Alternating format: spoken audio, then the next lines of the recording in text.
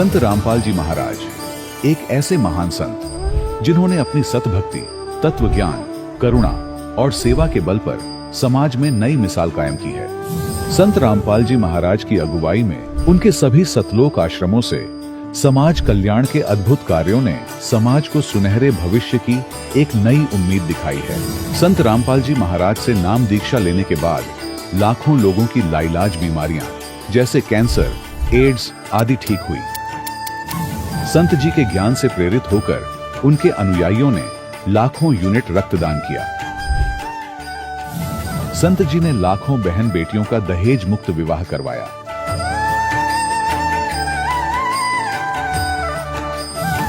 संत जी ने लाखों लोगों का नशा छुड़वाया, करोड़ों उजड़े परिवार बसे। संत जी के आश्रमों में समागम के दौरान निःशुल्क नेत्र चिकित्सा, दंत चिकित्सा प्रदान की जाती है। संत रामपाल जी महाराज द्वारा समय समय पर पर्यावरण संरक्षण के उद्देश्य से बड़े स्तर पर वृक्षारोपण किया जाता है। संत जी ने जरूरतमंदों को तत्काल राहत पहुंचाने के लिए एम्बुलेंस सेवा शुरू की। संत जी अपने अनुयायियों को देहदान के लिए प्रेरित करते हैं, जिससे मानवता की सेवा और चिकित्सा क्षेत्र में सुधार हो सके। संत रामपाल जी महाराज के सभी आश्रमों में हर रोज निःशुल्क भंडारा आयोजित किया जाता है, जहां हर वर्ग, हर जाति और हर धर्म के लोग एक साथ बैठकर भोजन करते हैं।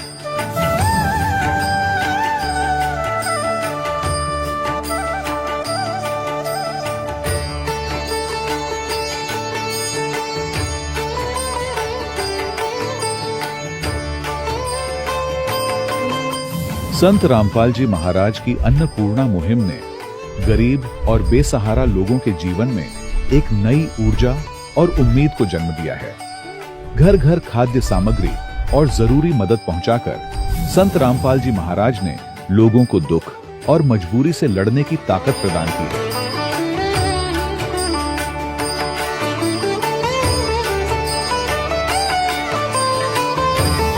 संत रामपाल जी महाराज द्वारा गरीब लोगों के लिए घर बनवाने का अद्भुत कार्य एक ऐसी मिसाल कायम कर रहा है जो सदियों सदियों संत जी की उदारता और दया भावना के तौर पर जाना जाएगा।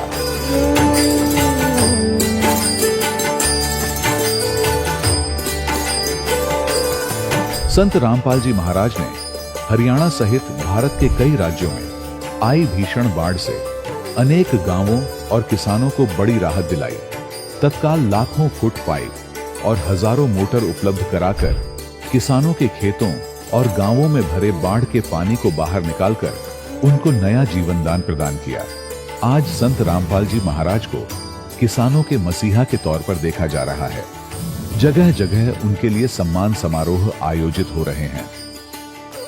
संत रामपाल जी महाराज के आश्रम में हजारों बुजुर्गों को सम्मान और प्यार के साथ जीवन जीने का अवसर मिलता है।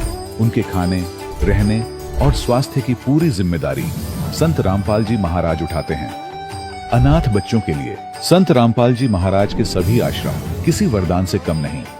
यहाँ उन्हें शिक्षा, संस्कार और भविष्य के लिए बेहतर अवसर प्रदान किए जाते हैं।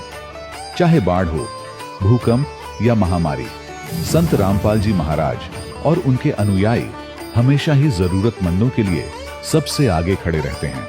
कोविड महामारी के दौरान संत रामपाल जी महाराज के आश्रमों से करोड़ों लोगों के लिए भोजन, दवाइयां और जीवन रक्षक सामग्रियां उपलब्ध कराई गई। चाहे गरीब की मदद हो या किसी शोषित और पीड़ित वर्ग के हक और सम्मान की लड़ाई, संत रामपाल जी महाराज ने हमेशा ही उनकी दबी आवाज को सरकारों तक पहुंचाया है और उन्हें उचित न्याय दिलवाने में अहम भूमिका अदा की है। समाज में आध्यात्मिक और सामाजिक मूल्यों के प्रति जागरूकता लाने में संत रामपाल जी महाराज हर कदम पर मानवता के सच्चे सेवक साबित हुए हैं। संत रामपाल जी महाराज का जीवन हमें सिखाता है कि सच्ची सेवा वही है जो निस्वार्थ भाव से की जाए। आइए हम भी इस महान सेवा के कार्य में इस महान संत से जुड़ें और संत रामपाल जी महाराज से नाम दीक्षा लेकर अपने जीवन को धन्य बनाएं।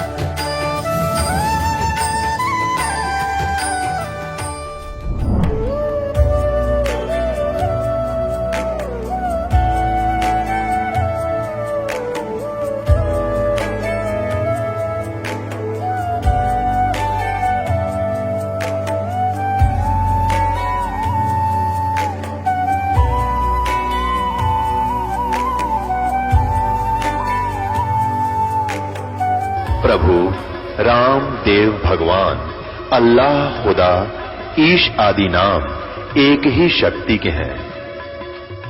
वो कैसा है, कहां है, कैसे मिलता है, किसने देखा है? ये प्रश्नवाचक चिन्ह पूर्ण रूप से हटाने के लिए अवश्य सुनिए जगत गुरु तत्वदर्शी संत रामपाल जी महाराज के अमृत वचन, सर्व पवित्र धर्मों के पवित्र शास्त्रों के आधार पर। सत साहिब दर्शकों, क्या आपने कभी सोचा है कि अगर कोई इंसान जीवन भर व्रत उपवास करे, मंदिरों में पूजा पाठ करे, फिर भी ना उसे मानसिक शांति मिले और ना ही परिवार की समस्याएं खत्म हों? राजस्थान की सुपिता गुजर जी की कहानी भी कुछ ऐसी ही थी। इन्होंने हर तरह की भक्ति की, लेकिन इनके पति और बेटा नशे के शिकार हो गए और घर में बीमारियां बनी रहीं। पर असली बदलाव तब आया जब इन्होंने संत रामपाल जी महाराज से नाम दीक्षा ली। अब इनका परिवार स्वस्थ है, नशे की लत खत्म हो चुकी है और जीवन में सुख शांति है। तो सवाल उठता है, आखिर ऐसा क्या मिला इन्हें संत रामपाल जी महाराज से जो आज सुपिता जी ऐसा कह रही हैं? आखिर इसके पीछे की सच्चाई क्या है? आइए सुनते हैं सुपिता जी की कहानी, उन्हीं की जुबानी। जी नमस्कार। नमस्कार सर। क्या नाम है आपका? सुपिता गुजर। जी माता जी, कहाँ से हैं आप? गंगापुर सिटी से। संत रामपाल जी महाराज जी से नाम दीक्षा लेने से पहले आप क्या भक्ति साधना करते थे? हम शंकर भगवान की भक्ति करते और वाई की सेवा करते, पूरा विश्वास वाई पे, शंकर भगवान पे। जब आप शंकर भगवान की पूजा कर ही रहे थे तो फिर आपको संत रामपाल जी महाराज से नाम दीक्षा लेने की क्या जरूरत आन पड़ी? संत रामपाल महाराज से जरूरत आर पड़ी कि भगत जी हमारे कोई लाभ ही नहीं हो रहा। जो पहले भक्ति आप कर रहे थे उस भक्ति को करने से आपको कोई लाभ नहीं मिला, तो संत रामपाल जी महाराज जी से नाम दीक्षा क्यों ली? संत रामपाल महाराज ने हमको दर्शन दिए सर। के बाद में जो हमारा लड़ाई झगड़ा होगा हमारे जेठ में और हमारे पति में, तो लड़ाई झगड़े तो एक बट गो के एक दूसरे को काटवे है गए त्यार। फिर बाद में गुरुजी ने आर दर्शन दिए कि बेटा आज। कौन से गुरुजी ने? संत रामपाल महाराज ने दर्शन दिए कि बेटा आज के तीसरे दिन तेरा फैसला हो जाएगा। तो मैं ऐसे सोच रही कि फैसला कैसे हो जाएगा, ऐसे महात्मा ने कही है। एक महात्मा दिखाई दियो सफ़ेद कपड़ान में। तो फिर तीसरे दिन ही सभी रिश्तेदार इकट्ठे हो गए, हमारा फैसला तीसरे दिन ही हो गयो। के बाद में मैंने खोज करी कि महात्मा है कौन हो, कैसे मुझे ऐसे कर गयो, मेरा फैसला कैसे कर गो, और ये कौन हो मैंने आज तक नहीं देखो। तो मैं ऐसे ही रोती रहती, रोजी नहीं रोती रहती कि भगवान कौन हो, मेरे को ओज में लाए आते, मैं कहाँ ढूंढूँ यहाँ को। ये तो बहुत महात्मा जो कोई भगवान ते पहुँचो है महात्मा है। के बाद में भगत जी सर मेरे मोई में तो न्यू प्रकट हो रहे से खड़ा होगो। जो खड़ा होगा जब आने दो अक्षर को नाम दो अंगड़िया खरीर और ये ऐसे सारो करीर, और फिर कही के बेटा गुरु में लगो तो को बात नाम दीक्षा ले लीजो। तो फिर मैंने खरू राम खा गुरु में लगो, कैसे में लगो, खा करूँ अब खा हेरू। फिर मैंने टीवी पे देखती रेवाई में सहनालय सवन देखती रेवाई सवन महात्मान के सत्संगन ने। तो के बाद में मोको एक दिन टीवी को चैनल ऐसी दबको जो संत रामपाल महाराज को सत्संग आरंभ में वहाँ देखने लगी। तो फिर मोको सत्संग अच्छा लगे। मैंने कि ये तो महात्मा हुई है जो मोको दर्शन दिए जे, हे भगवान ही टीवी पे अब कैसे मिलूँ, क्या करूँ। फिर मैं ऐसे सत्संग पूरी साल सुनती रही। फिर मैंने सवंते कहली भाई मो हरियाणा में ऐसे महात्मा है, वो महल चलो मोको नाम दीक्षा दवाओ। फिर आज कोई नहीं मेरे को नाम दीक्षा नहीं दवाई। फिर आज भगत जी मेरे माँ बाप मोको लेर और संत रामपाल महाराज के वहाँ आए। माता जी, जैसे कि आपने बताया कि संत रामपाल जी महाराज जी ने आपको साक्षात दर्शन दिए और बताया कि आपके घर में जो ग्रह क्लेश चल रहा है वो 3 दिन में समाप्त हो जाएगा, तो क्या जब आपने संत रामपाल जी महाराज जी से नाम दीक्षा ली तो इस तरह का और भी कोई लाभ आपको मिला? लाभ मिला भगत जी। गुरु महाराज ने संत रामपाल महाराज ने हमको दर्शन दिए। जब कही के बेटी के कैंसर हो जाएगी आगे चले रहे, इसको नाम दीक्षा दवाओ। तो फिर भगत जी हमने नाम दीक्षा दवा दी। बाकी बाद में भी यानी भक्ति नहीं करी तो कैंसर हो ही गई आके। फिर कैंसर होगी तो हम अंदाज नहीं लगे हमको कि कैंसर है, आके सूख रहे कांटो होगी कतई, और हम सोचे क्यों सूख रही है, वह भूल गए, वह ध्यान ही नहीं रही हो कि कैंसर हो सकती है।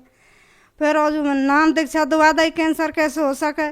फिर ज्योतिषी ने बोला कि आपको ऐसी भयंकर बीमारी हो जाएगी तो मुश्किल बचेगी, तो वो भी हमारे वही बीमारी है। फिर वहाँ के बाद में हमने नाम दीक्षा शुद्ध नाम शुद्ध कराया, शुद्ध करावे के बाद ठीक हो गई। फिर हाँ, डॉक्टर ने भी ये बोला कि ये बचेगी नहीं और आपको जल्दी से जल्दी अच्छी तरह हॉस्पिटल में दवा दवाओ और ले जाओ आए। फिर हमने तो नौकरी के संत रामपाल महाराज के आश्रम में लेके गए हम, और वहाँ फिर इनको नाम शुद्ध कराया, और नाम शुद्ध करावे के बाद में फिर अपने आप ही ठीक हैगी, फिर कोई दवा की कोई जरूरत ही नहीं पड़ी। और क्या लाभ मिला आपको? और लाभ ये भगत जी के हमारे पति बहुत बीमार रहे हुए, बाकी मतलब बीड़ी पिए और दारू भी पी ले हुए, और क्या नाम है बीमार रहे हुए, टीबी की बीमारी वाके जो वह रह के दवाई ले तो रहे और फिर ठीक हो जाओ, फिर हो जाए, फिर ठीक हो जाओ ऐसे। फिर गुरुजी ने जब कही कि बेटा या को नाम दीक्षा दो और या कैसे भी कैसे शरण में ला, जब जा रहा प्राण बचेंगे। मोकू ऐसे बताएगा कि हालत बहुत बेकार है भगवान, हमने भक्ति कौन करन देखो आगे बाद में। तो फिर बहाने भी नाम दीक्षा ले ली और आज ठीक ठाक है, खूब भक्ति कर रहा है, ना कोई खांसी है ना कोई दवाई है ना कछु, खूब ठीक है। नशा भी करते हैं वो? नशा करे, पहले बीड़ी भी पिए, दारू भी। क्या अभी भी करते हैं? अब नहीं करें। जना के बाद में मेरे ऐसी चिंता हैगी कि भगवान दारू है तो कछु छोड़ भी देगा, पर ये बीड़ी तो है कि छूटे ही नहीं, और ये अब नाम दीक्षा ले रहा है और खेतन में उंगाया होता है तो जरूर बीड़ी पी रही है।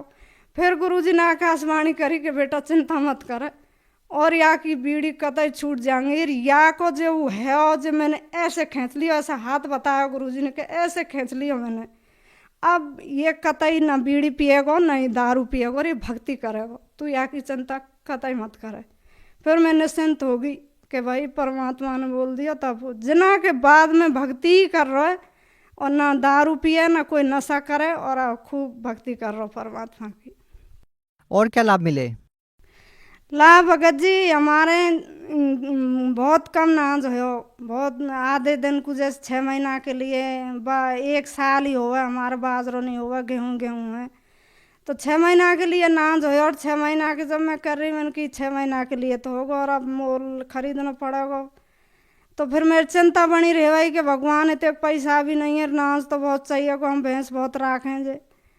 फिर रोजू हम खाते रहिए, 6 महीना बीत गए। 6 महीना के बाद में तूड़े में धर दिए हमने गेहूँ, कट्टा ने नकाड़ ले वे खा ले वे। तो मैंने कहा अब तो बीत ही गए होंगे, इतने कट्टा तो निकड़ाए।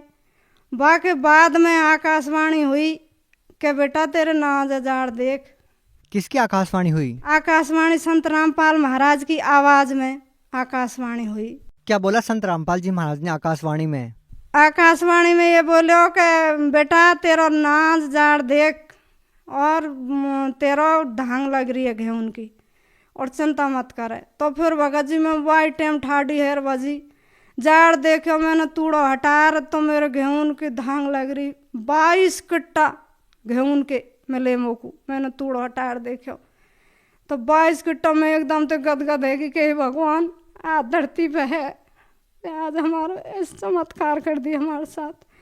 बाकी बाद में फिर मैं और भी दृढ़ विश्वास है वो कि भगवान जे पहले होए जे के जे ही लाभ सुनबो करे कि ऐसे लाभ हो भक्ति तेज से हो बे ही लाभ हो रहे हैं। और आज की टाइम भगत जी, आज की टाइम भी हमारे 6 महीना के लिए नाज हो। अब 6 महीना बीत गए, अब 7वां महीना लग गो और हमारे आधो नाज है और आधो अब रखो या टाइम पे 6 महीना के लिए नाज है हमारे लिए। माता जी आपको संत रामपाल जी महाराज जी ने इतने सारे लाभ दिए, तो आप भगत समाज को क्या संदेश देना चाहते हैं?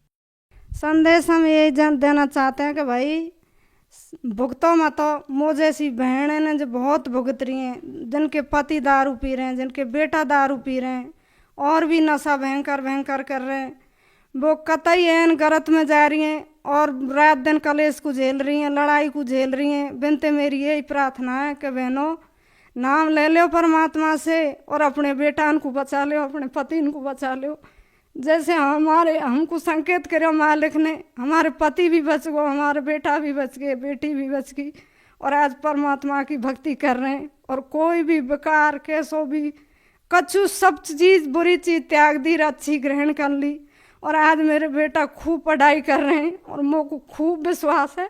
संत रामपाल जी महाराज जी से नाम दीक्षा कैसे ली जा सकती है?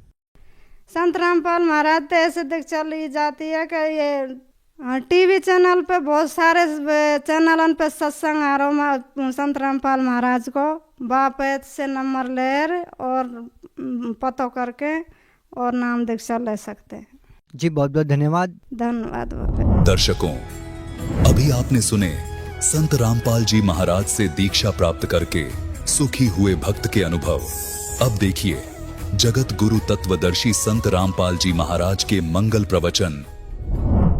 परम पिता परमात्मा पूर्ण ब्रह्म सारी सृष्टि के रचनहार कबीर देव जी, कबीर परमेश्वर जी, ये वही परमात्मा है जो काशी शहर में भारतवर्ष की पावन पृथ्वी पर एक लहर तारा नामक तालाब के ऊपर कमल के फूल पर आकर के विराजमान हुए थे। अपने सतलोक से चलकर आए थे और वहां सन 1398 में संवत 1455 परमात्मा एक नवजात शिशु का रूप धारण करके कमल के फूल पर विराजमान हुए थे। फिर लीला करते हुए बड़े हुए, बचपन से ही छोटी आयु में 5 वर्ष की आयु में ही वो परमात्मा अपना जो उद्देश्य लेकर आए थे उसको पूरा किया।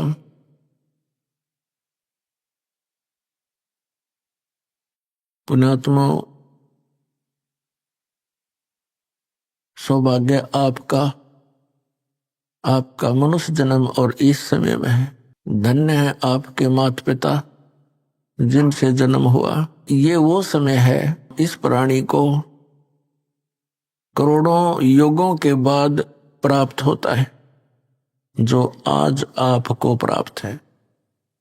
अभी आप बालक हो और हमारे अंदर इस काल ने अज्ञान घना भरवा रखा है। 1-2 दिन से नहीं, हजारों वर्षों से, लाखों वर्षों से वही लोक वेद हमारे अंदर जमा है। उसके आधार से हम इस तत्व ज्ञान को जल्दी सी समझ नहीं पाते और इतने ही देर लगी हुई है जब तक ये समझ में नहीं आता। फिर तो आपको कबीर भगवान बिना और इस सतलोक आश्रम बिना पृथ्वी पर आपको कहीं ठिकाना दिखाई नहीं देगा। ये सत्कर मान लेना। जैसे पर अभी आपने परमात्मा की वाणी सुनी, हमारे लिए संदेश है। जब आपको ये अध्यात्म कंप्लीट स्पिरिचुअल नॉलेज हो जाएगा, ये पूर्ण अध्यात्म ज्ञान हो जाएगा, उस समय आपकी स्थिति ऐसी हो जाएगी जैसे समुद्र के अंदर पुराने समय में, अब भी ऐसा ही होता है। वैसे पुराने समय में विशेषकर ये समुद्री जहाज जो जाते थे, इनके ऊपर कौवे बैठकर चले जाते थे। वो इसलिए कि उसमें यात्री खाना खाते हैं तो उनको भी कोई टोक मिल जाता है, ग्रास मिल जाता है। जहाज दिन में चल पड़ा, कौवे उसके ऊपर बैठे चले जाते हैं। रात्रि, सारी रात्रि चल करके सुबह होता है तो उसमें जहाज के जो चालक होते थे, वो अपनी दिशा को देखने के लिए एक दिशा सूचक रखते थे, और कई बार वो दिशा सूचक यंत्र किसी मैग्नेटिक रोक के कारण, चुंबकीय चट्टान की वजह से वो अपना रुख बदल लेता था, दिशा बदल लेता था, वो रोंग दिशा बताता था। अपने इंस्ट्रूमेंट को चेक करने के लिए कि हम सही दिशा में जा रहे हैं या नहीं, और हमारा इंस्ट्रूमेंट सही काम कर रहा है कि नहीं कर रहा, उसके लिए वो के फार्मूला अपनाया करते। जहाज पर बैठे कौवे को पत्थर मार दिया करते, उसको ऐसे पत्थर मारते, उसको विवश कर देते थे जहाज से उड़ने के लिए। और कौवे के अंदर एक विशेषता दी है मालिक ने, वो रात्रि के समय भी उस दिशा को नहीं भूलता जिस दिशा से वो चला था।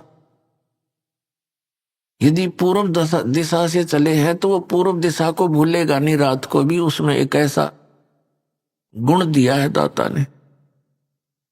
तो वो कौवा जब उड़ता है वो अपने उसी दिशा को उड़ता है, अपने उसी स्थान को जहां से वो चले थे। तो इससे वो जहाज के चालक अपना इंस्ट्रूमेंट को भी चेक कर लेते, अपनी दिशा को भी सेट कर लेते कि कौवा इधर गया है तो ये पूर्व दिशा है। अब वो कौवा क्या करता था, वो थोड़ी सी दूर जाता, ज्यादा से ज्यादा 100-200 फुट, और वो क्या देखता कि कहीं भी उसको बैठने का ठिकाना नहीं, सब जगह जल ही जल है।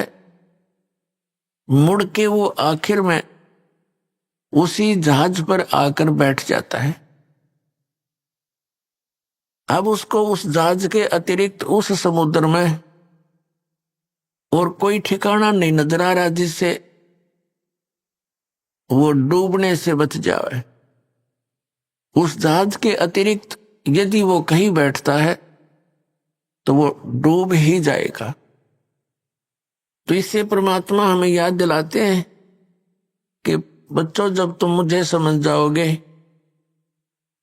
इस काल की स्थिति से तुम परिचित हो जाओगे, उस समय आपकी स्थिति ऐसी होगी कि हे बंदी छोड़ दयाल जी, तुम तक हमारी दौड़, और जैसे काग जहाज का अब सूझत और न ठोर। इस परमात्मा कबीर जी के बिना और इस सच्चे नाम और ज्ञान के बिना आपको कोई भी संत महंत जो दिखेगा वो डुबोने वाला दिखेगा। वहां आपकी आशा बन ही नहीं सकती, वहां इच्छा ही नहीं बन सकती। तो पुण्यात्मा, परमात्मा ने आपकी किस्मत पर कलम तोड़ रखी है। भले ही आप परमात्मा की शरण में आने से पहले कितने दुखी हो लिए, क्योंकि सुख अपना ही दिया करते हैं। अपना पिता, अपने माता, वही हमें सुख देते हैं। जब आपको यह पता चलेगा कि हमारा पिता कौन है, अभी तो हम इस काल को अपना मालिक मान बैठे थे कि यह हमारा पिता है, और पिता ऐसे दुख देता है जो कि यहाँ के प्राणी आप देख रहे हो। किसी मेडिकल में जाकर देखो, हाहाकार मची है।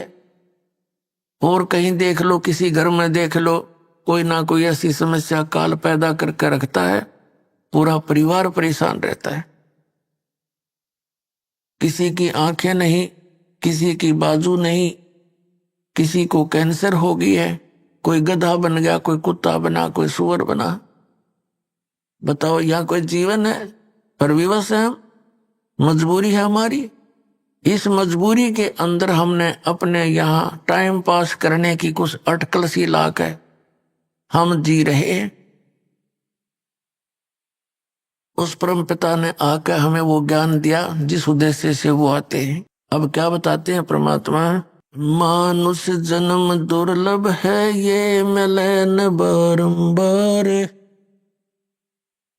तरवर से पत्ता टूट गिरे वो बोर ना लगता डर। राम नाम रटते रहो जब तक घट में प्राण, कब हो तो दीन दयाल के भनक पड़ेगी कान। जब तप संयम साधना सब सुमरण के माही, कहे कबीर जाने राम जन सुमरण सम कछु नाही। परमात्मा हमें याद दिलाते हैं कि ये मनुष्य जीवन बच्चों बड़ा मुश्किल से मिलता है, और मनुष्य जीवन मिलता है तो इसमें कुछ सुविधाएं भी अधिक होती हैं, इसमें कुछ बुद्धि भी एक्स्ट्रा होती है। हम उस बुद्धि को जहां प्रयोग करना था वहां प्रयोग ना करके हम इस काल के इसी लोक में हम वो आइटम संग्रह करने में लगे रहते हैं जिनको हमने यहां छोड़कर जाना होता है। बुद्धिमान व्यक्ति उन वस्तुओं को विदेश में कभी संग्रह नहीं करता जिनको वो अपने स्वदेश नहीं ले जा सकता। उसका यूज क्या, बेमतलब पैसे खर्च कर कर वहां दर के आने का। तो ऐसा काम वही कर सकता है जो कति अज्ञानी हो। अपनात्मा हम सबको मालूम है कि हम जो भी कोठी बंगले संपत्ति इसको इकट्ठा करने में आजीवन लगे रहते हैं, ये हमारे साथ नहीं जाती। और जो वस्तु साथ जानी है उसकी तरफ हमारा ध्यान विशेष नहीं। और किसी पुण्यात्मा की पूर्व जन्म की प्रेरणा अत्यधिक है, वो चलता है परमात्मा के पाने के लिए, तो काल ने जगह जगह पर ये काल के दूत संत बैठा रखे हैं। कोई गुफा में बैठा है, कोई गांव के गोरे धूना लाए बैठा है, कोई कहीं खड़ा है, कोई कहीं आश्रम बना करके गुमराह किए हुए हैं। तो काल ने उनका वैसे जीवन यूं नष्ट करवा देना है। तो इस सारी समस्या का समाधान करने के लिए, अपने बच्चों को तत्व ज्ञान देने के लिए वो हमारे परम पिता इस काल के लोक में आते हैं। पुण्यात्मा,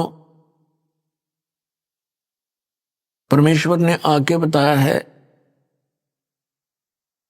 कि मनुष्य जीवन प्राप्त करके जो नहीं रटे हरि नाम, जैसे कुआं जल बिना फिर बनवाया क्या काम। जिस कुएं में जल नहीं वो कितना ही सुंदर हो, कैसी उसकी बढ़िया कंस्ट्रक्शन कर रखी हो, और जल है नहीं तो उसका नाम कुआं अवश्य है, गुण कूप के नहीं है। ठीक इसी प्रकार मानव शरीर प्राप्त करके जो प्राणी साधना सत्य नहीं करता उसका नाम मनुष्य अवश्य है, पर काम मनुष्य के नहीं, वो गुण मनुष्य के नहीं। एक सत साधना ना करके चाहे कोई भक्ति भी कर रहा है, बोल पुण्यात्मा, उसका भी जीवन व्यर्थ है,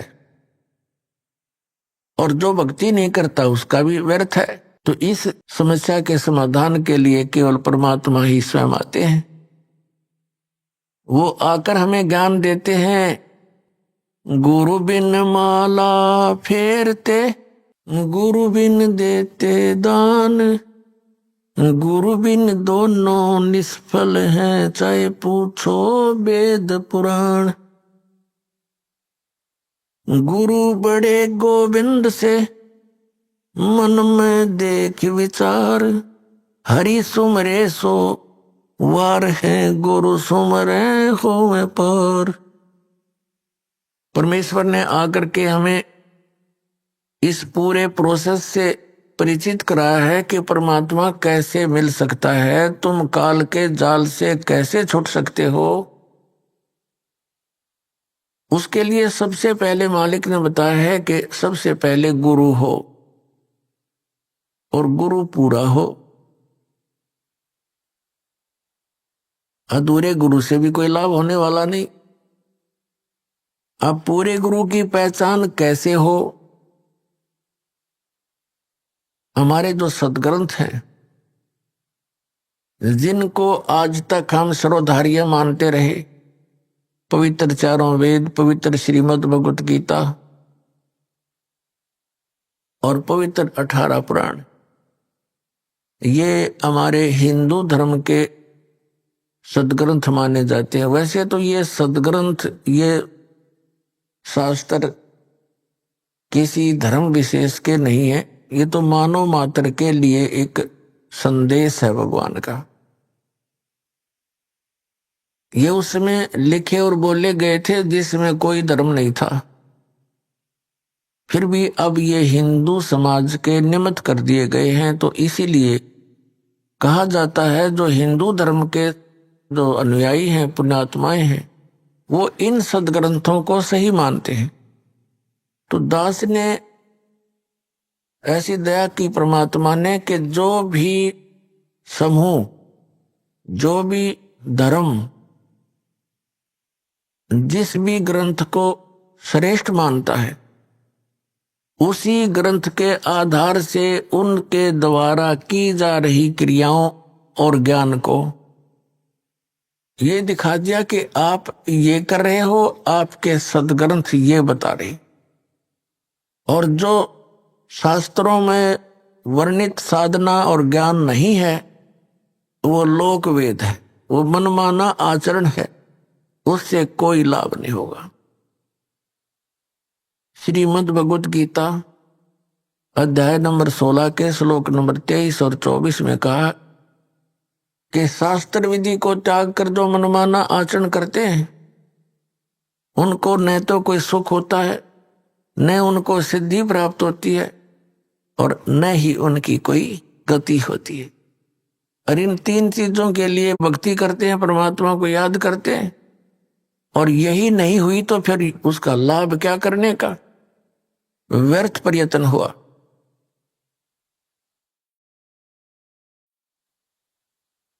अपने आत्मा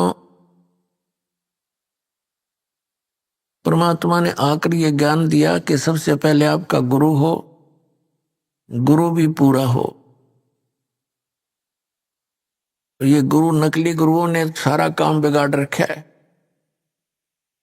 तो सूक्ष्म वेद में कहा कि गुरुआं गांव बिगाड़े, संतो गुरुओं गांव बिगाड़े, ऐसे कर्म जीव कहला दिए, ईब जड़े नहीं जाड़े। ऐसे कर्मों से ये लिप्त कर दिए, अब इतना ज्ञान देने से भी वो उनसे हटने को तैयार नहीं, क्योंकि घना पुराना रंग हो गया। तो पुण्यात्माओं, परमात्मा जब यहां आए, छोटे से 5 वर्ष की आयु में ही वे अपना इस यथार्थ ज्ञान का प्रचार करने लग गए थे। उनके ज्ञान के सामने बड़े बड़े ऋषि, महर्षि, मंडलेश्वर सभी परास्त हो गए थे। लेकिन इस मन की ऐसी वृत्ति है, सच्चाई का ज्ञान हो जाता है, फिर भी वहां से हिलने को तैयार नहीं। एक बार ये दास नगर नगर में, शहरों में सत्संग करने लगे थे। भक्तों ने सब मिलकर के एक सखी मनाई थी। सन 2003 में हमारा एक एपिसोड तैयार किया गया था परिभाषा प्रभु की, और उस आस्था चैनल के ऊपर उसको चलाया गया था। वो 6 महीने चला था। ये सभी संत और पंथ बौखला गए। इन्होंने उस आस्था चैनल के मालिक को इतना दबाव दे दिया कि इस प्रोग्राम को बंद कर दे, नहीं तो हम अपने सभी प्रोग्राम वापस ले लेंगे। तो ये तो अंडरस्टूड है। अब या तो ये चलेगा ज्ञान, ये जहां ये चलेगा उनका तो चल ही नहीं सकता, फिर कोई सुने कोई नहीं उनने। तो उसने मजबूर होकर के हमारा प्रोग्राम बंद कर दिया। समस्या आई भी, परमात्मा का संदेश उसके बच्चों तक जाना था, निकाल के दूता ने टांग अड़ा दी। फिर स्कीम बनाई, नगर नगर में जाकर प्रचार करें, पुस्तक बांटें और सीडी बना के दें।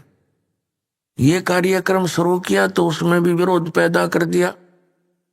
नगर नगर में फिर झगड़ा शुरू करने के लिए आने लग गए। तो जब ये दास ये ज्ञान सुना रहा था,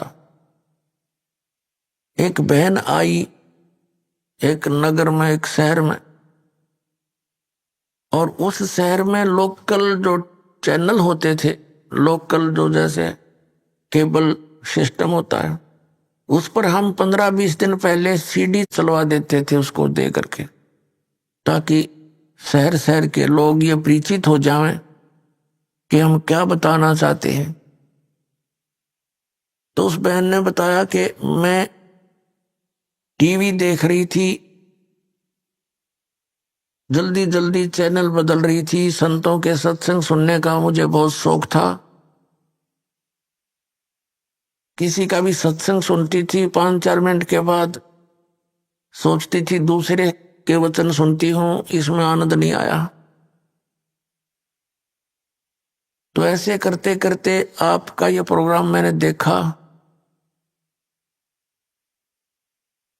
एक बार शुरू हुआ तो 1 घंटे की सीडी थी, वो कहने लगी 1 घंटे तक मैं कभी देखूं, कभी मुझे गुस्सा आवे कि ये ब्रह्मा विष्णु महेश के बारे में क्या बोल रहा है, और जब प्रमाण दिखाए जा, क्योंकि मैं उनको पढ़ा करती थी, मुझे याद भी था और मेरे पास वो रखे भी थे। ऐसे करते करते वो सारा कुछ 15-20 दिन तक कंटिन्यूस वो प्रोग्राम देखा उसने। अब वो कहने लगी जी ये सारा पता लग गया कि जो साधना मैं कर रही हूं ये यूजलेस है, लेकिन इन भगवानों में इतनी आस्था होगी, अब भी इनको त्यागने को दिल नहीं करता। बता, ऐसे रंग गए हम इस रंग में, ये पता लग गया कि इन भक्ति से कोई लाभ नहीं, और आजीवन कर ली, इसलिए उसमें ऐसे रंगे गए। तो आज इस दास के सामने इतनी प्रॉब्लम आई है, लेकिन परमात्मा ने दया करी, अपने बच्चों को शिक्षित कर रखा है। परमात्मा का कोई भी कार्य त्रुटि युक्त नहीं होता। परमेश्वर ने 600 वर्ष पहले अपनी प्यारी आत्मा धर्मदास जी से कह दिया था, क्योंकि धर्मदास बहुत दुखी हुआ। धर्मदास जी हिंदू धर्म में जन्मे थे, वैश्य कुल में जन्म था, बाणिया के घर में, बहुत बड़ा धनी परिवार था उसका, लेकिन भगवान की आस्था करी थी। श्री राम कृष्ण और शंकर भगवान की पूजा करता हुआ मथुरा के अंदर पहुंच गया, अपने हिंदू गुरुजी के द्वारा दिए गए मार्गदर्शन आधार पर। उनके रूपदास नाम के गुरुजी थे, रूपदास जी ने उनको ये पढ़ाई पढ़ा रखी थी, रामकृष्ण के का जाप जपया कर, शंकर भगवान की पूजा पैरेलल करया करे। विष्णु जी इष्ट रूप में पूजने को बताया था, क्योंकि वो वैष्णु संत थे। अब जब परमात्मा वहां पहुंचे मथुरा के अंदर, धर्मदास जी एक तालाब में स्नान करके, जिसको मथुरा का तीर्थ बताते हैं कि श्री कृष्ण जी यहां नहाया करते थे, यहां खेला करते थे, उसमें स्नान करके वो बाहर निकला और लोटे में एक जल भर के साथ में रखा हुआ, कुछ स्थान गाय के गोबर और मिट्टी मिला करके मड प्लास्टर किया, कुछ लिपाई करी और फिर उसके ऊपर अपने ठाकुर जी को मूर्ति को, भगवान विष्णु की मूर्ति को रखकर एक थाली में उसको नवाया, कपड़े बदले, फिर उनकी आरती उतारी, जैसा भी वो क्रिया करते हैं कर्मकांड के अंदर। वो ऐसी अपने नित्य नियम कर रहा था। परमात्मा कहते हैं, गोता मारूं स्वर्ग में जा बैठूं पाताले, कहे कबीर ढूंढता फिरूं अपने हीरे मोती लाल। जैसा कि वेदों में प्रमाण है कि वो परमात्मा ऊपर तीसरे मुक्ति धाम यानी सतलोक में रहता है, रत धाम में। रत माने सत, धाम माने लोक। और वहां से गति करके आता है चलकर, बहुत तीव्र गति से,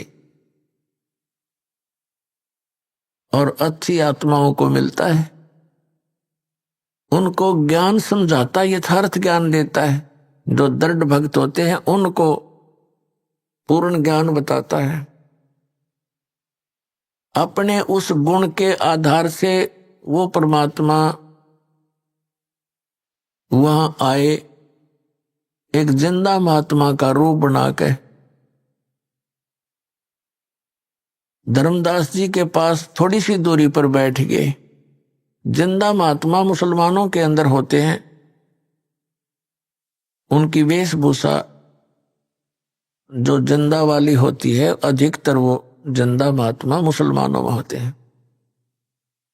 लेकिन जन साधारण उनको साधु संत एक जैसे ही मानता है, कोई अंतर नहीं होते हैं।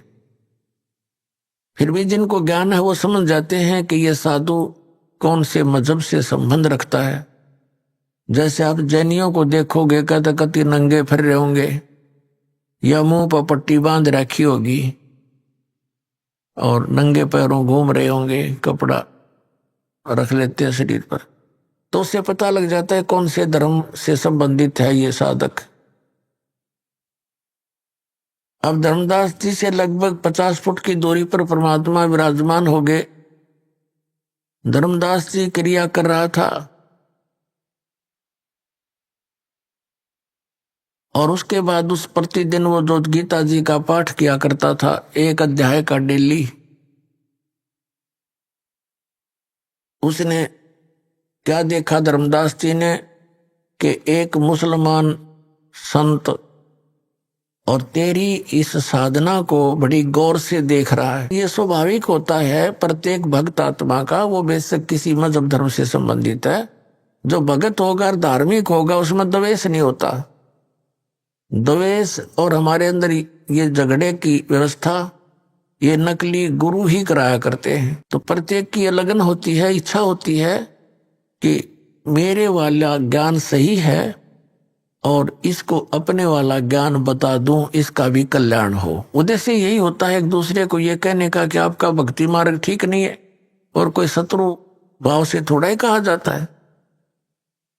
तो धर्मदास जी ने ये सोचा कि भाई ये मुसलमान फकीर और हमारी हिंदू धर्म की भक्ति को बहुत लाइक कर रहा है, बड़ा पसंद किए हुए।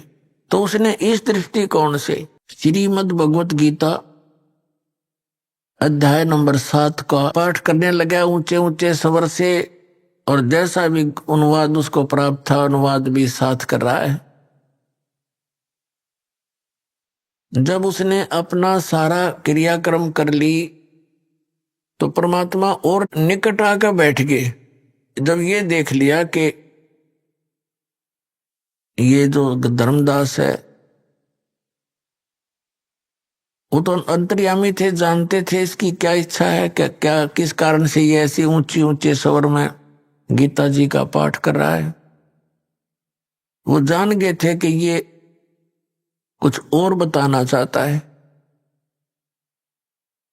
वैसे तो साधु जो वैष्णव संत होते हैं वो मुसलमान फकीरों को दूर रखते हैं, पहले ऐसी स्थिति थी। तो इस दृष्टिकोण से पहले तो परमात्मा दूर बैठ के कदे बिदक जा कि मुसलमान कीता गया मेरे पास में। फिर जब देखा कि ये कुछ बताना चाहता है तो निकट आ गए, उसे थोड़ी सी दूरी पर बैठ गए और इस आव भाव से बैठ गए कि जैसे कुछ जानना चाह रहे हो, लेकिन वो आए थे कुछ जनाने के लिए।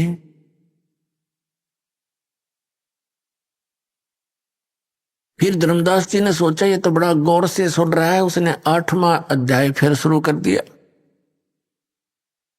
वो भी सुना दिया। अब कुछ जब उसने अपनी सारी क्रिया कर ली, जब परमात्मा ने कहा कि हे महात्मा जी,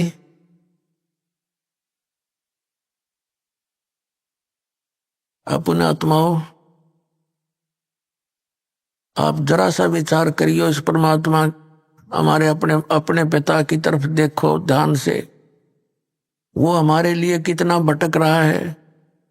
परमात्मा कहते हैं कबीर जी, मैं रोवत हूं सृष्टि को और सृष्टि रोवे मोहे, और कह कबीर हमारे वियोग को ये समझ ना सकता कोई। मैं तो इन बच्चों को रो रहा हूं कि तुम गलत स्थान पर फंसे हो, यहां तुम्हारा कुछ भी नहीं है, तुम्हें मूर्ख बना रखा है ये बेटा या बेटी या कार या कोठी, आजीवन इसमें लगे रहते हो और 1 मिनट में मृत्यु कर देता है, फिर गधा बनाकर छोड़ देता है। वह कोठी वह बेटी वो कार तुम्हारी कैसे होगी? इतना ही काम करो जितना टाइम पास करने के लिए, और तुम क्या कर रहे हो? साधना गलत करा रहा है तुम्हारे से, फिर पशु पक्षी बनाता है। और हम काल ने ऐसे मिसगाइड कर दिए, हमारे तक पहुंचना भी परमात्मा को कठिन हो रहा है। वैसे भगवान के लिए कठिन शब्द प्रयोग करना शोभा दास को नहीं दे रहा, फिर भी देख रहा हूं कि उस मालिक ने कितना संघर्ष करके हमारे तक वो पहुंचे हैं। अपने ही बच्चे को अपने बारे में बताने के लिए उस धर्मदास जी को तो कहते हैं महात्मा जी, और आप बनते हैं जिज्ञासु दास और कहते हैं हे वैष्णु महात्मा, आपका ज्ञान मुझे बहुत अच्छा लगा, आपने तो कमाल कर दिया, ऐसी वाणी बोली है मेरी आत्मा को खींच लिया। हे महात्मा जी, कुछ ऐसी विधि और बताओ जिससे मेरा कल्याण हो। अभी आपने सुने संत रामपाल जी महाराज के मंगल प्रवचन। आइए अब सुनते हैं संत रामपाल जी महाराज से नाम दीक्षा लेकर सतभक्ति करके अद्भुत लाभ प्राप्त करने वाले अनुयायी के विचार। सत साहिब दर्शकों, सोचिए, जिस व्यक्ति के माता पिता ने जीवन भर पूरी श्रद्धा और लगन से पूजा पाठ किया हो, लेकिन फिर भी उनके परिवार में बीमारियां और भूत प्रेत जैसी समस्याएं बनी रहीं, तो क्या हो? दर्शकों, ऐसी ही कहानी थी छत्तीसगढ़ के रहने वाले तारेंद्र साहू जी की। तारेंद्र जी का परिवार धार्मिक प्रवृत्ति का था। सभी लोग पूरी श्रद्धा से पूजा पाठ और भक्ति किया करते थे, लेकिन इसके बावजूद भी उनके परिवार में भूत प्रेत की बाधा दिन ब दिन बढ़ती ही जा रही थी। न केवल मानसिक तनाव बढ़ रहा था, बल्कि बीमारियां भी घर का हिस्सा बन चुकी थीं। लेकिन आज तारेंद्र जी का कहना है कि जब से उन्होंने संत रामपाल जी महाराज से नाम दीक्षा ली है, तब से उनके जीवन में चमत्कारिक परिवर्तन आ गए। अब भूत प्रेत की बाधा पूरी तरह से समाप्त हो गई और उनका बेटा, जो गंभीर बीमारी से जूझ रहा था, बिना ऑपरेशन के पूरी तरह ठीक हो गया। आज उनका पूरा परिवार पूर्ण रूप से सुखी है। आखिर इसके पीछे की सच्चाई क्या है? आइए सुनते हैं तारेंद्र साहू जी की कहानी, उन्हीं की जुबानी। नमस्कार सर। सत साहब सर जी। सर, क्या नाम है आपका? तारेंद्र साहू। तारेंद्र जी, आप कहाँ से हैं? मैं छत्तीसगढ़ नई जिला शक्ति से हूँ। तारेंद्र जी, संत रामपाल जी महाराज से नाम दीक्षा आपने कब ली? सर जी, नाम दीक्षा संत रामपाल जी महाराज से मैं सन 2021 में लिया। तारेंद्र जी, क्या भक्ति साधनाएं करते थे? सर जी, पहले मैं कोई भी भक्ति नहीं करता था।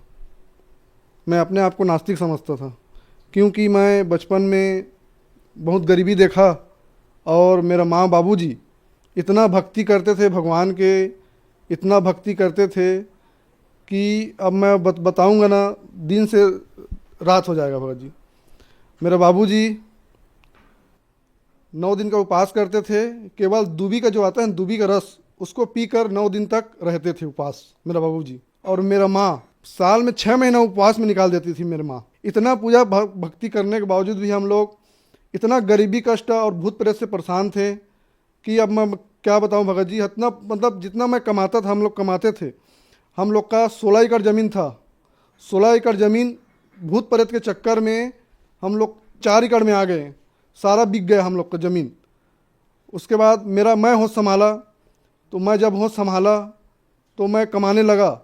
जब मैं कमाने लगा तो जितना मैं कमाता था सर जी पूरा वो चला जाता था भूत प्रेत में। तो गांव में संत रामपाल जी महाराज के एक अनुयायी थे, चेले थे, वो हमारे यहाँ आए और मेरे बाबूजी को बोले, बताए ऐसी ऐसी बात है बोल के। तो मेरे बाबूजी, हम लोग जात के साहू हैं, लेकिन मेरे बाबूजी को गांव में पंडित नाम से जानते थे, क्योंकि इतना पूजा भक्ति करते थे। उसको गांव में कोई इसको नाम लेके नहीं पुकारते थे, पंडित जी बोलते थे उसको। तो मेरे बाबूजी ज्ञान को सुन लिया। सुनने के बाद सत्संग बताए, सत्संग देखने लग गया। सत्संग देखे और पुस्तक पढ़े, उतना में मेरे बाबूजी का दिमाग घूम गया पूरा। वो समझ गया, एक ही बार में समझ गया कि ये मतलब परमात्मा आए हुए हैं। संत रामपाल जी महाराज परमात्मा स्वरूप स्वयं आए हैं, कबीर साहब। और जितना मतलब गीता में मतलब मेरा सारा वेद पुराण जानता है मेरा बाबूजी, ये कंठस्थ याद था उसको पूरा, एकदम धार्मिक प्रवृत्ति के थे वो शुरू से, बचपन से। तो वहाँ उन लोग माँ और बाबूजी हरियाणा से नाम दीक्षा लेके आ गए संत रामपाल जी महाराज जी से। जैसे नाम दीक्षा लेके आए, भूत प्रेत एकदम से गायब हो गया। सन 2013 से भूत प्रेत को हम लोग जानते नहीं, अब समझो। उससे पहले घर का जो बोर चलता था उसको बंद कर देते थे। हम लोग के पास ट्रक था, मेटाडोर था, उसको बंद कर देते थे। सारा वो बिक गया भूत के चक्कर में। हमारा मेटाडोर वो भी बिक गया पूरा। हम लोग सड़क में आ गए। बाबूजी को बाहर जाना पड़ गया, बहुत सारा कर्जा हो गया था तो उसके चक्कर में। तो फिर वहाँ से संत रामपाल जी महाराज जी से नाम दीक्षा लेने आने के बाद एकदम से भूत प्रेत का बाधा जो था पूरा ख़त्म हो गया। उसके बाद फिर मेरा बच्चे का तबीयत ख़राब हो गया था सन 2021 में। तो मेरा बच्चे का जब तबीयत ख़राब हुआ तो चांपा में बचपन हॉस्पिटल है बहुत बड़ा, वहाँ एडमिट थे। 10 दिन से एडमिट थे। 10 दिन एडमिट होने के बाद और बहुत सारा पैसा लगने के बाद वो बोला, डॉक्टर बोले, यहाँ के चांपा वाले 2 डॉक्टर थे, रिपोर्ट भी मैं रखा हूँ। एक डॉक्टर का नाम नरेश देवागन है और एक डॉक्टर का नाम राधे श्याम सोनी।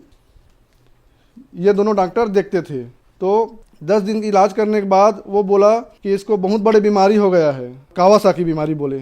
बहुत बड़ी बीमारी है, लाखों में एक जने को होता है बोले कावासाकी बीमारी।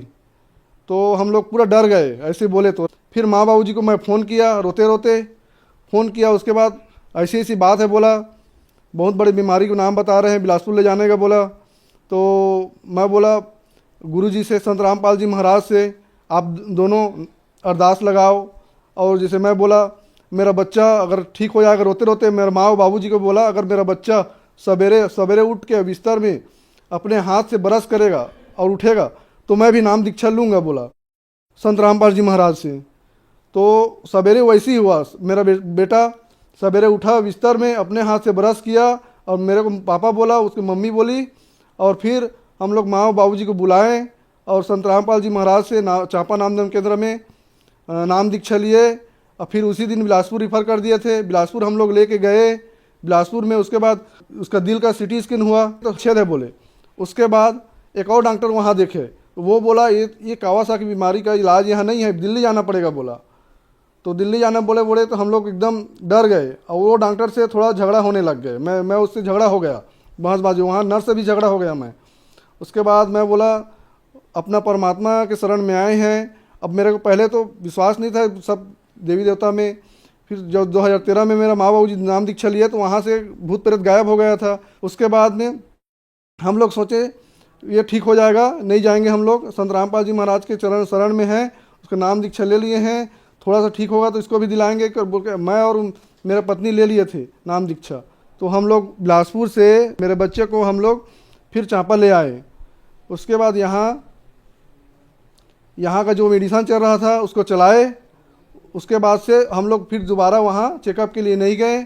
मेरा बच्चा एकदम स्वस्थ है, अभी मस्त है, बढ़िया से खेल कूद रहा है, 5.5 साल का हो गया है। उस समय वो 3 साल का था। जो दवाई दिए थे ना उतना दवाई को लिए और दवाई नहीं लिए और वो एकदम स्वस्थ हो गया। ऑपरेशन कराने के लिए नहीं पड़ा, दिल्ली ले जाने के लिए बोल रहे थे वहाँ के डॉक्टर। दिल्ली हम लोग नहीं ले गए, कहीं भी नहीं ले गए। संत रामपाल जी महाराज से 2 महीने बाद उसको वो ठीक हो गया, बोलने लग गया। तो फिर वहाँ आके उसको उपदेश दिलाए। वो अभी नाम भी जपता है। ये मेरे बेटे का पेट में से इन्फेक्शन था ना, उसका वो रिपोर्ट है। इसके बाद में उसको कावासाकी बीमारी हो गया और उसके बाद उसको संत रामपाल जी महाराज जी से उपदेश दिलाए। उसके बाद कोई मेडिसिन खाना नहीं पड़ा, कोई चेकअप नहीं कराना पड़ा और एकदम से स्वस्थ हो गए हैं। कोई ऑपरेशन कराना नहीं पड़ा है। हमें बिलासपुर से दिल्ली रेफर कर दिया था। पहले चांपा में इलाज कराए, चांपा के बाद बिलासपुर, बिलासपुर के बाद दिल्ली रेफर कर गए, लेकिन हम लोग नहीं गए। संत रामपाल जी के शरण में थे तो हम लोग वहाँ से चांपा बिलासपुर से वापस ले आए। मेरे बेटे का ये दिल में जो छेद था ना, उसका रिपोर्ट है। संत रामपाल जी महाराज जी से नाम दीक्षा लिए तो सारा ठीक हो गया। हम लोग न दिल्ली ले गए हैं, न कोई ऑपरेशन कराए हैं, न कोई चेकअप और कराए दोबारा, न कोई मेडिसिन खिलाए। वो एकदम अभी स्वस्थ हैं। प्रमाण के तौर पे मैं आपको ये रिपोर्ट दिखाना चाह रहा था, दिखा रहा हूँ। संत रामपाल जी महाराज जी से दीक्षा लेने के बाद पूर्णतः मेरा बच्चा ठीक है। हमारे पास तो ज़मीन बहुत था, भूत प्रेत और बीमारी में ख़त्म हो गए। उसके बाद और मिट्टी का भी घर था। तो मेरा माँ बोलती थी, माँ और बाबूजी नाम दीक्षा ले लिए थे 2013 में। तो हम लोग को भी जुड़ने के लिए बोलते थे, नाम दीक्षा लेने के लिए संत रामपाल जी महाराज जी से। तो हम लोग, मैं ध्यान नहीं देता था, सुनता नहीं था वो बात को। तो मैं बोलता, मेरे को चिंता था घर बनाने का। हम लोग का मिट्टी का घर था, बहुत बड़ा घर है मिट्टी का, पुराने ज़माने का। तो वही चिंता था मेरे को। और गांव में मेरा गल्ला दुकान था। तो मैं जैसे संत रामपाल जी महाराज से नाम दीक्षा ले लूँगा तो उसमें नशा खाते और पीते तो बड़ी बात है, छूना नहीं है। तो मैं वहाँ अपने दुकान में कुछ नहीं बेचूंगा तो कमाऊंगा कैसे, मैं ये सोचता था। फिर 2021 में नाम दीक्षा लिया मेरा बेटा के कारण।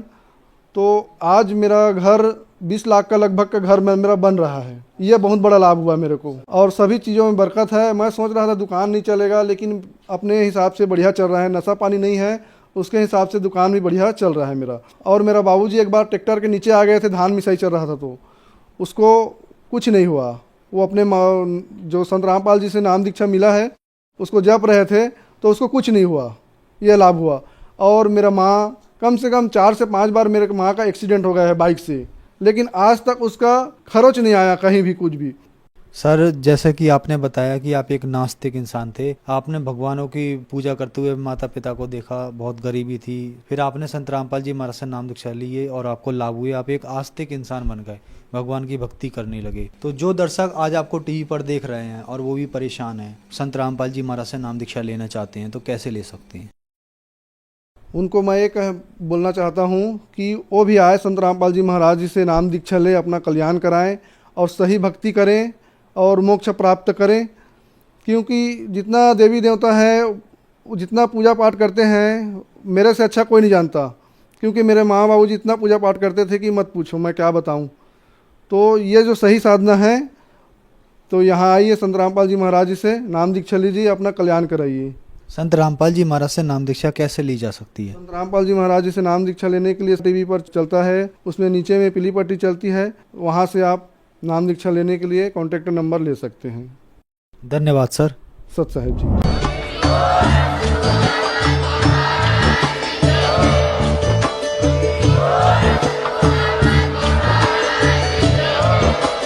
आप सुन रहे थे जगत गुरु तत्वदर्शी संत रामपाल जी महाराज जी के मंगल प्रवचन। अधिक जानकारी के लिए विजिट कीजिए हमारी वेबसाइट www.jagatgururampalji.org। संत रामपाल जी महाराज जी के शुभ आशीर्वाद से पूरे विश्व भर में 500 से भी ज्यादा नाम दीक्षा केंद्र हैं, जिन पर संत रामपाल जी महाराज जी द्वारा ऑनलाइन निशुल्क नाम दीक्षा दी जा रही है। अपने नजदीकी नाम दीक्षा केंद्र का पता करने के लिए संपर्क करें 8222880541।